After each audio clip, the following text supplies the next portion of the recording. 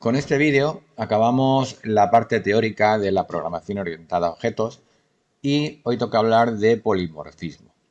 El polimorfismo en la programación orientada a objetos no es más que la capacidad de un objeto de tomar diferentes formas o comportarse de diferentes maneras, según el contexto en el que lo utilicemos.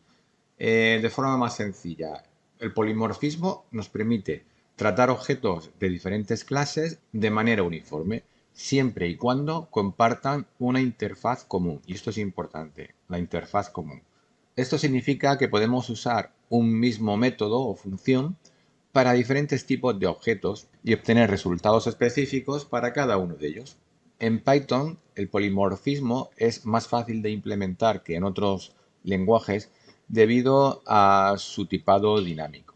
El tipado dinámico de Python significa que no necesitamos declarar explícitamente los tipos de variables o parámetros de una función. Esto nos da una gran libertad para trabajar con diferentes tipos de objetos en una misma estructura de código. Un ejemplo para entender mejor el polimorfismo en Python podría ser el manejo de diferentes figuras geométricas como círculos y rectángulos. Entonces, nos vamos a crear en primer lugar una clase figura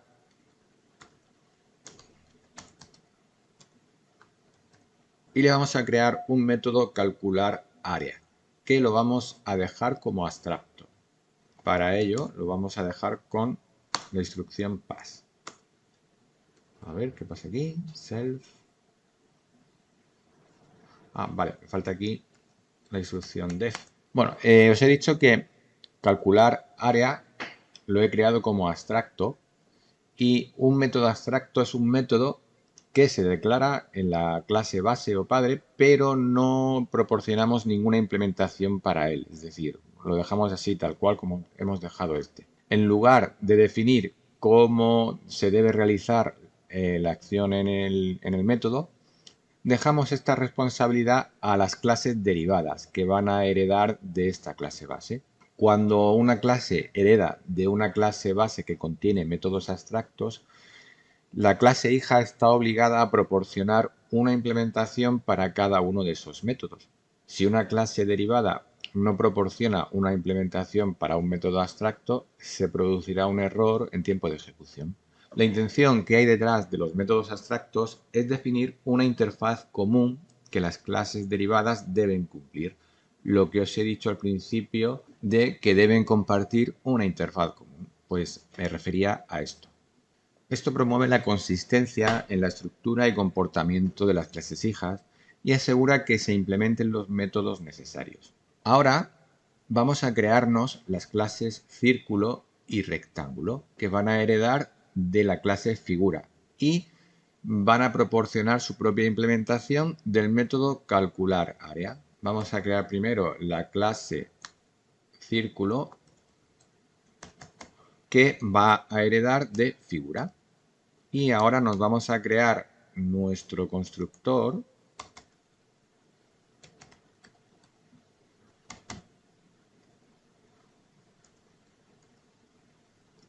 y le vamos a pasar el parámetro radio, porque los círculos tienen un radio. Nos creamos el atributo privado y ahora vamos a definir el método calcular área del círculo. Def calcular área, y lo que va a hacer este método es devolvernos el área del círculo. ¿Cómo calculamos el área de un círculo? Pues la fórmula es la siguiente: radio al cuadrado por pi. Pues entonces aquí ya tengo radio, que es lo que lo voy a elevar al cuadrado, y esto lo voy a multiplicar, voy a ponerlo entre paréntesis para evitar, lo voy a multiplicar por pi. El valor de pi es 3,14, 16, bla, bla, los números decimales que queremos. Yo lo voy a dejar con 3,14. Bien. Pues ya tengo definido el método para calcular el área del círculo. Ahora voy a crearme la clase rectángulo, que va a heredar también de figura. Me defino el método y en lugar de radio, lógicamente, los los rectángulos no tienen radio, tienen una base y una altura.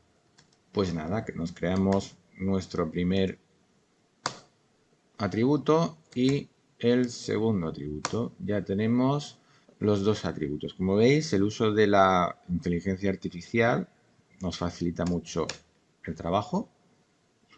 Vamos a crearnos ahora el método calcular área.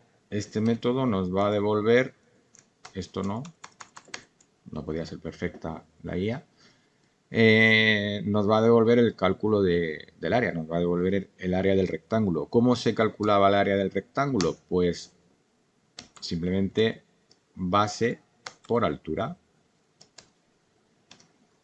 Y ya está. Ya tengo hecha la clase rectángulo. Vale, ahora nos vamos a crear una función llamada imprimir área.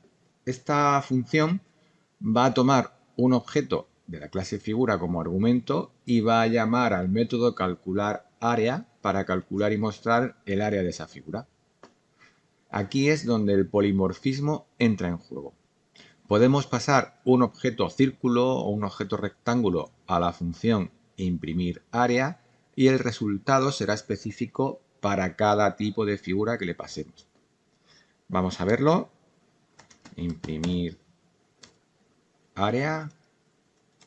Y a este le vamos a pasar figura. ¿Qué es lo que nos va a hacer este método? Pues nada, nos va a imprimir simplemente el área de esa figura.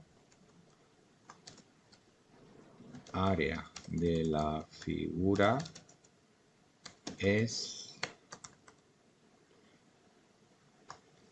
Y ahora vamos a llamar al método calcular área de la figura que le pasemos. Pues ya lo tenemos. ¿Qué tenemos que hacer ahora? Pues nada, creamos un objeto de cada, por ejemplo, un círculo de la clase círculo al que le vamos a pasar un radio de 5 y un rectángulo de la clase rectángulo al que le vamos a pasar, pues por ejemplo 4 y 6. Vale, yo tengo mis dos objetos y ¿qué hago ahora? Pues voy a llamar a la función imprimir área para cada una de estas dos figuras. Imprimir área y le voy a pasar a la primera un círculo, el círculo, y le voy a llamar otra vez y le voy a pasar rectángulo. Pues nada, vamos a ver cómo funciona esto. Vamos aquí y me dice, a ver, que hay un error. ¿Dónde? A ver. A ver, bueno, aquí tengo, de momento tengo aquí un error de indentación. Todo esto está dentro de la clase círculo, por lo tanto, ¿veis lo importante que es indentar en Python? Todo este código lo he colocado dentro de la clase círculo. A recolocarlo y vamos a probarlo, a ver. Me sigue dando error. Círculo no tiene argumentos, a ver.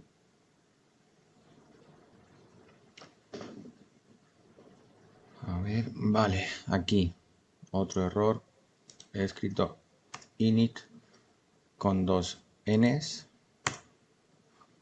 Vamos a probarlo otra vez. Ahora sí. Bien.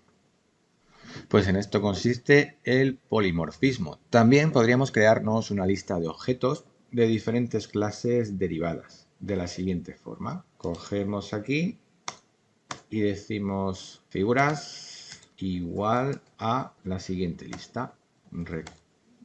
Rectángulo y círculo. Ahora vamos a poder recorrer esta lista y llamar al método calcular área para cada figura, sin importar si es un rectángulo o un círculo. El polimorfismo nos va a permitir tratar todos los objetos de la lista como si fueran del mismo tipo, es decir, la clase base figura, aunque tengan implementaciones diferentes del método. Mirad, for figura infiguras, vamos a hacer área igual a figura, calcular área. Como veis, ahora sí que funciona bien la inteligencia artificial, print y el área de la figura es 2 puntos y aquí entre llaves área y cierro paréntesis.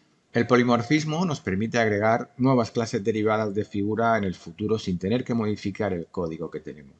Esto nos brinda la capacidad de extender nuestro sistema sin causar impacto en otras partes del código. Por ejemplo, podríamos agregar una nueva clase llamada triángulo o cualquier otro polígono con su propio método calcular área sin tener que modificar el resto del código. Bueno, aquí tendría que pasarle los valores. Al círculo le vamos a pasar un radio de 8.